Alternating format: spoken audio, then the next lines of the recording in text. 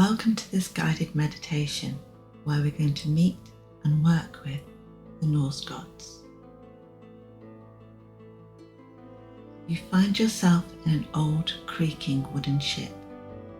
Round shields decorate the sides of it. The sail is wide and flat and it's drifting in a vast ocean. The spray of the ocean cools your face and the waves lap gently at the sides of the ship. In the distance, you spy a large object which starts moving towards you. This causes a great wake and the boat starts to rock from side to side.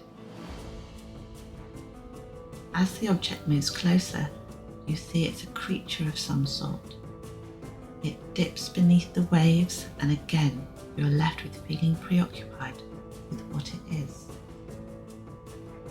The ship starts to rock quite brutally and you hold on to both sides of it. From under the water, the creature starts to slowly reveal itself to you. It is a gargantuan sea serpent. It eyes you with a mild curiosity, wondering what brings you out to this deep ocean.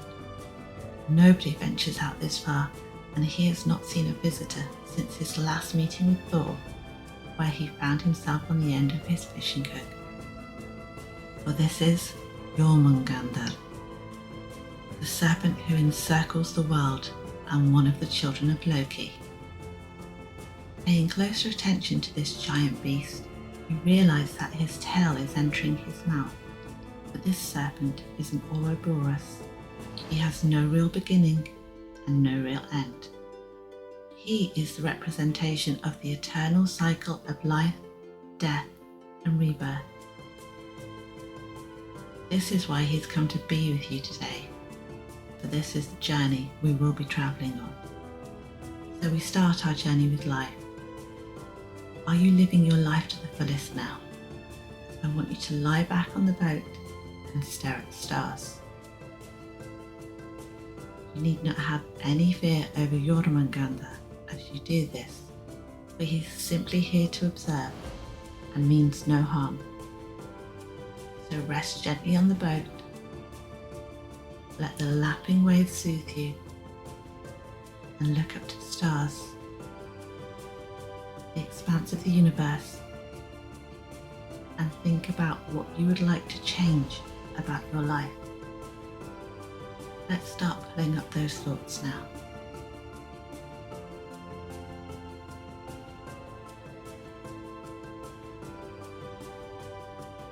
The boat has drifted almost onto the shore of a village.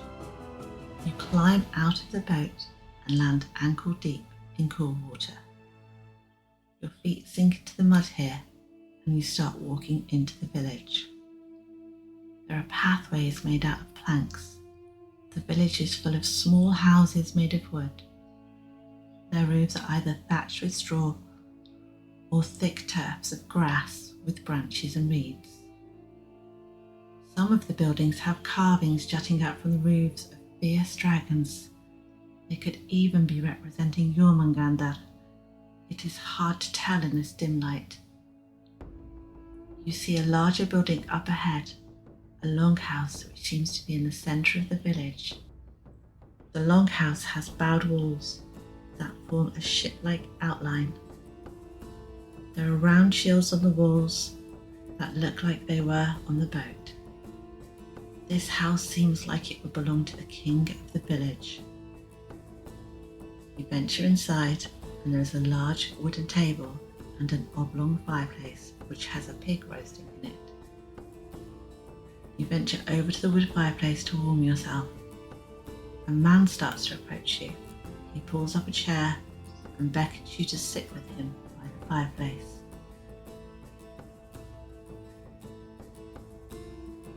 You hear a cawing sound and see two ravens perched on the table, which slightly startles you but feels oddly normal at the same time.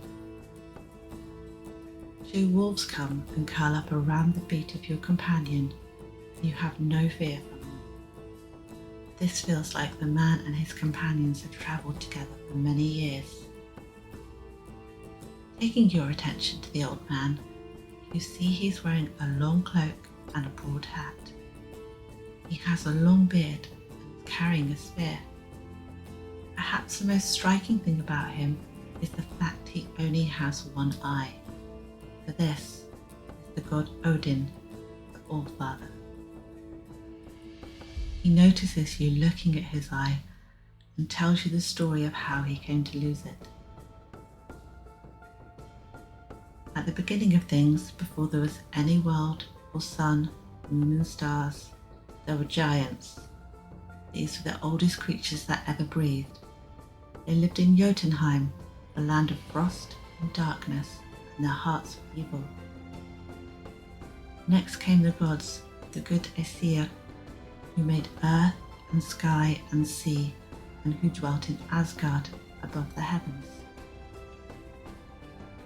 Then were created the queer little dwarves who lived underground in the caverns of the mountains, working at their mines of metal and precious stones. Last of all, the gods made men to dwell in Midgard, the good world that we know, between which and the glorious home of the Aesir stretched Bifrost, the bridge of rainbows. In those days, folks say there was a mighty ash tree named Yggdrasil, so vast that its branches stretched up to the whole earth and stretched up to the heavens where the Aesir dwelt, whilst its roots sank far below the lowest depths. In the branches of the big ash tree lived a queer family of creatures. First there was the great eagle, who was wiser than any bird that ever lived except the two ravens, Thought and Memory, who sat upon Father Odin's shoulders and told him their secrets, which they learned in their flight over the wide world. Near the great eagle perched a hawk, and 4 antlered deer browsed amongst the buds of Yggdrasil. At the foot of the tree coiled a huge serpent, who was always gnawing hungrily at its roots, with a whole colony of little snakes to keep him company, so many that they could never be counted. The eagle at the top of the tree and the serpent at its foot were enemies, always saying hard things about each other. Between the two skipped up and down a little squirrel, a tale-bearer and a gossip, who repeated each unkind remark, and like the malicious neighbour that he was, kept their quarrel ever fresh and green. In one place at the roots of Yggdrasil was a fair fountain called the Well, where the 3 Norn maidens who knew the past, present and future dwelt with their pets, the 2 white swans. This was magic water in the fountain, which the Norns sprinkled every day upon the giant tree to keep it green. Water so sacred that everything which entered it became white as the film of an eggshell. Close beside this sacred well, the Aesir had their council hall, to which they galloped every morning over the Rainbow Bridge. But Father Odin, the king of all the Aesir, knew of another fountain more wonderful still. The 2 ravens whom he sent forth to bring him news had told him. This was also below the roots of Yggdrasil, in the spot where the sky and ocean met. Here for centuries and centuries, the giant Mimir had sat keeping guard over his hidden well, in the bottom of which lay such a treasure of wisdom as was to be found nowhere else in the world. Every morning Mimir dipped his glittering horn into the fountain and drew out a draught of the wondrous water, which he drank to make him wise. Every day he grew wiser and wiser, and as this had been going on ever since the beginning of things, you can scarcely imagine how wise Mimir was. Now it did not seem right to Father Odin that a giant should have all this wisdom for himself. The giants were the enemies of the Aesir, and the wisdom which they'd been hoarding for ages before the gods were made was generally used for evil purposes. Moreover, Odin longed and longed to become the wisest being in the world. He resolved to win a draught from Mimir's well in any way that could be done. One night, when the sun had set behind the mountains of Midgard, Odin put on his broad-brimmed hat and his striped cloak, and taking his famous staff in his hand, trudged down the long bridge to where it ended by Mimir's secret grotto. "Good day, Mimir," said Odin, entering. "I have come for a drink from your well." The giant was sitting with his knees drawn up to his chin, his long white beard falling over his folded arms, and his head nodding, for Mimir was very old, and he often fell asleep whilst watching over his precious spring. He woke with a frown at Odin's words. "You want a drink from my well, do you?" he growled. "Hey, I let no one drink from my well." "Nevertheless, you must let me have a draught from your glittering horn," insisted Odin, "and I will pay you for it." "Aha, you'll pay me for it, will you?" echoed Mimir, eyeing his visitor keenly, for now that he was wide awake, his wisdom taught him that this was no ordinary stranger. "What will you pay for a drink from my well, and why do you wish it so much?" "I can see with my eyes all that goes on in heaven and upon earth," said Odin, "but I cannot see into the depths of the ocean. I lack the hidden wisdom of the deep, the wit that lies at the bottom of your fountain. My ravens tell me many secrets, but I would know all. And as for payment, ask what you will, and I will pledge anything in return for a draught of wisdom." Then Mimir's keen glance grew keener. "You are Odin, of the race of gods," he cried. "We giants are centuries older than you, and our wisdom, which we have treasured during these ages, when we were the only creatures in all space, is a precious thing. If I grant you a draught from my well, you'll become as one of us, a wise and dangerous enemy. It is a goodly prize, Odin, which I shall demand a boon so great." Now Odin was growing impatient for the sparkling water. "Ask your price," he frowned. "I have promised that I will pay." "What say you then to leaving one of those far-seeing eyes of yours at the bottom of my well?" asked Mimir, hoping that he would refuse the bargain. "This is the only payment I will take." Odin hesitated. It was indeed a heavy price, and one that he could ill afford for he was proud of his noble beauty. But he glanced at the magic fountain bubbling mysteriously in the shadow, and he knew that he must have the draught. "Give me the glittering horn," he answered. "I pledge you my eye for a draught to the brim." Very unwillingly, Mimir filled the horn from the fountain of wisdom and handed it to Odin. "Drink then," he said. "Drink and grow wise. This hour is beginning of trouble between your race and mine." And wiser Mimir foretold of the truth. Odin thought merely of the wisdom which was to be his. He seized the horn eagerly and emptied it without delay. From that moment he became wiser than anyone else in the world except Mimir himself. Now he has the price to pay, which was not so pleasant.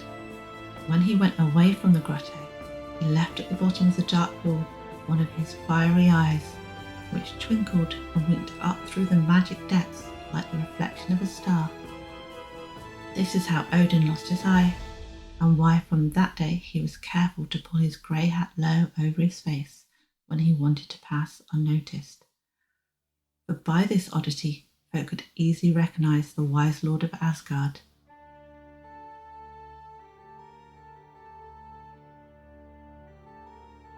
After hearing Odin's story and what he was willing to give up in his quest for enlightenment, that is what that knowledge was. You start to question what you would be willing to give up to become enlightened. It doesn't have to be as drastic as an eye, but maybe some thought processes you've been holding on to aren't that wise. How can you become more like Odin, the Allfather? Let's just sit with him by the fireplace and think about that for a second.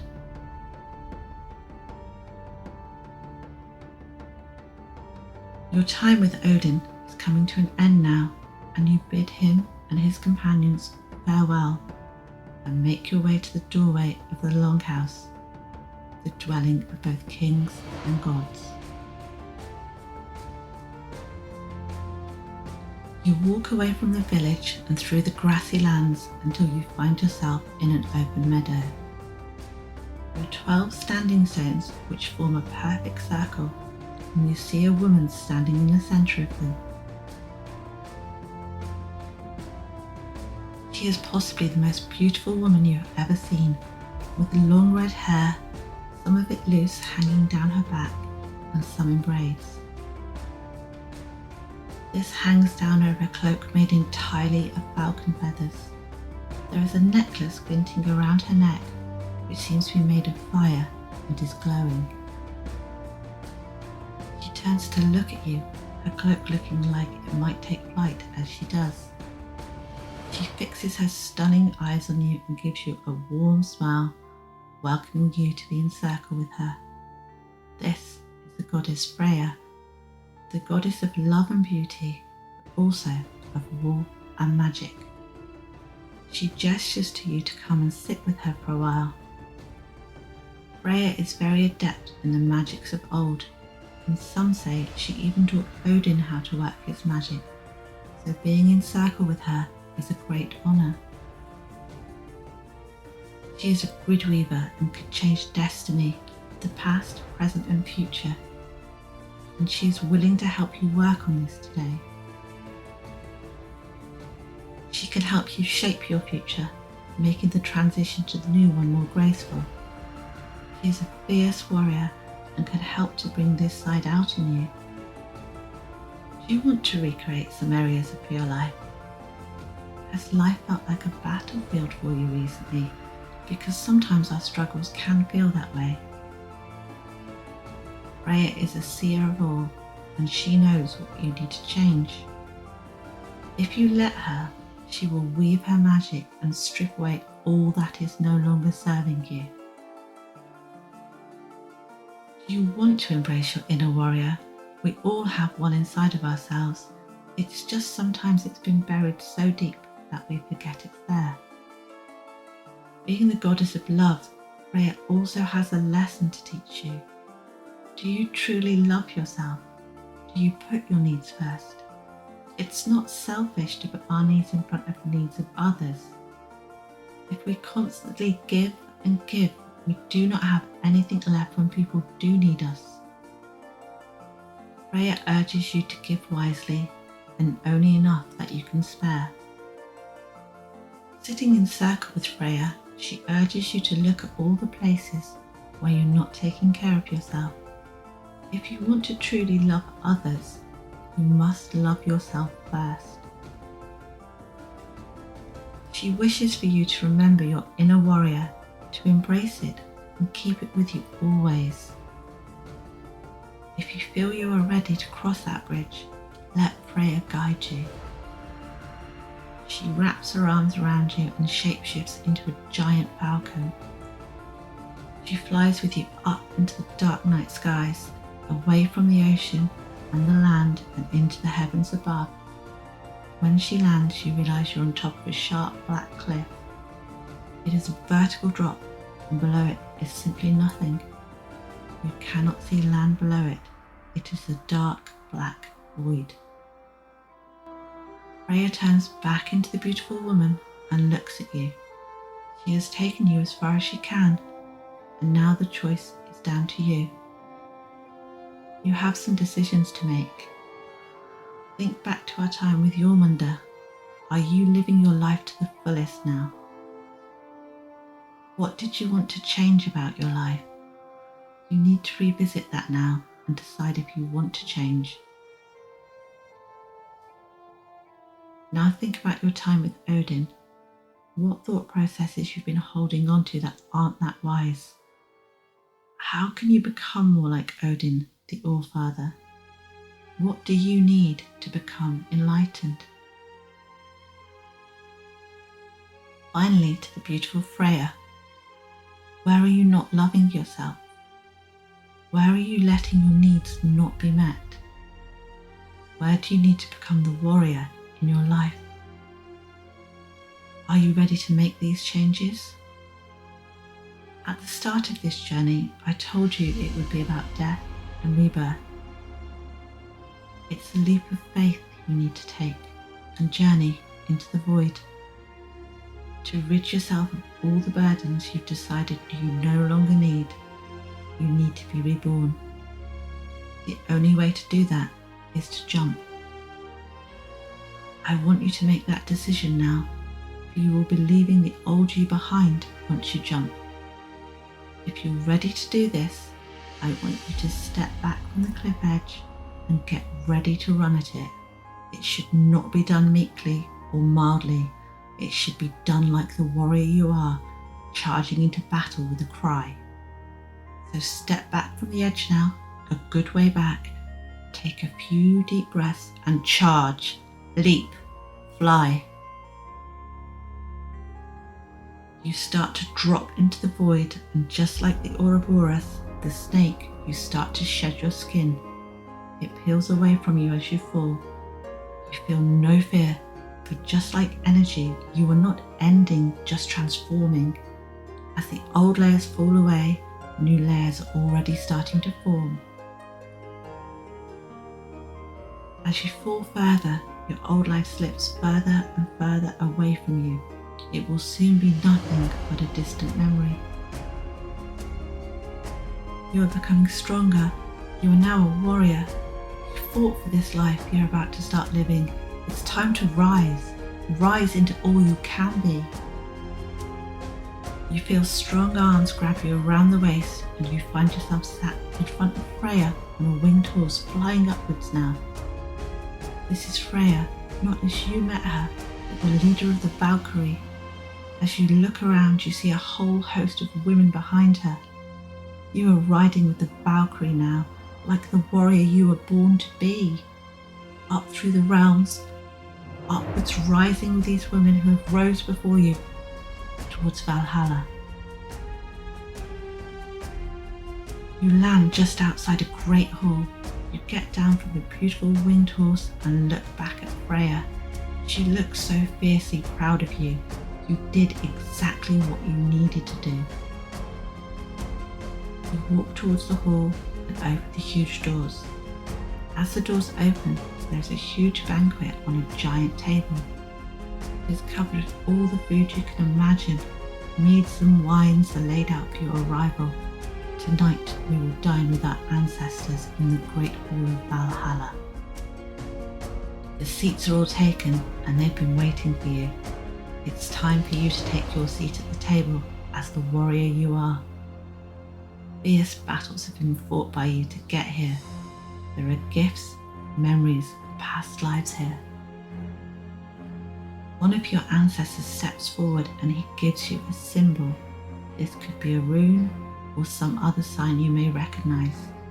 This is his gift for you to remember at any time you feel your strength may be waning. Remember this symbol, for it will be a power sign for you. When you return to your body after this meditation, I suggest you draw it and keep it near to you. You can stay here a while and rest with your ancestors, for you have a lot of catching up to do. I will leave you here to do that now. When you return to your body, you will keep all the strength you have gained here with the Norse gods. So for now, hail and farewell.